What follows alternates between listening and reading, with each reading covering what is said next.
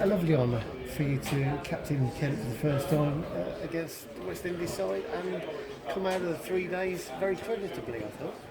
Yeah, I thought 1 to 11 applied themselves fantastically from our side, and that's all we wanted really. Was everyone had an opportunity, different motives for everyone, of course, but I thought it was fantastic. 1 to 11. It's very easy to captain 11 blokes who have an attitude like that over 3 days. So. Yeah, like you said, it was an absolute honour for me. Been at the club since I was 8, so yeah, it was really, really nice. And especially at Canterbury, of course. Blot on the landscape was that silly run out. Talk us through that one. Pretty amazing bit of fielding, if I'm honest. So yeah, you don't mind getting out if someone pulls off something like that. So yeah, it was just one of those things. Get it out of the way in this game, and hopefully have used it up for the game on Friday. So no, it was just an amazing bit of work, and one of those things. Seeing this on the batting front, Dicko with a fantastic 100.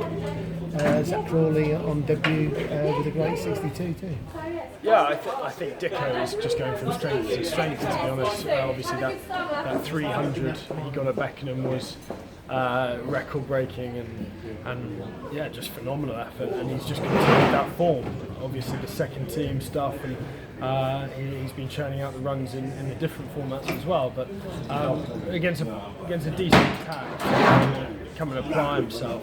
It was fantastic to see, and young Zach Crawley, a lot's been said of him in the second team, and Rob Key on Twitter, of course, but for good reason as well. He's a very exciting prospect, and only at the age of 19 to play. How maturely he played, I thought, was a credit to him. It was a really, really good knock, and he's got all the shots. So very exciting to see him progress. I think it just shows the depth in batting we've got at this moment in time. Actually, you've got those guys who aren't playing 2020 cricket or one-day cricket as well. So it's a good place to be in case of injury, and they're only going to get better and better. So no, really good effort. I'm really pleased with them. On the bowling side, I thought Charlie bowled with great hearts, great vim and vigour, which is just what you wanted as a captain. Yeah, exactly, and you just want people running in. I think obviously he's been injured for most of the year this year, and so has an opportunity to impress. And I thought, of course, a little bit of inconsistency there sometimes, but in terms of passion and ambition to try and get wickets, that's all you can ask for. Yeah, there's never a problem with Charlie running in and really trying to bust a gut for the team. So yeah, credit to him. I thought Matt Hunn came back beautifully with a bit of rhythm as well, and Callum Haggett, before he pulled up, was probably the pick of the bowlers as well.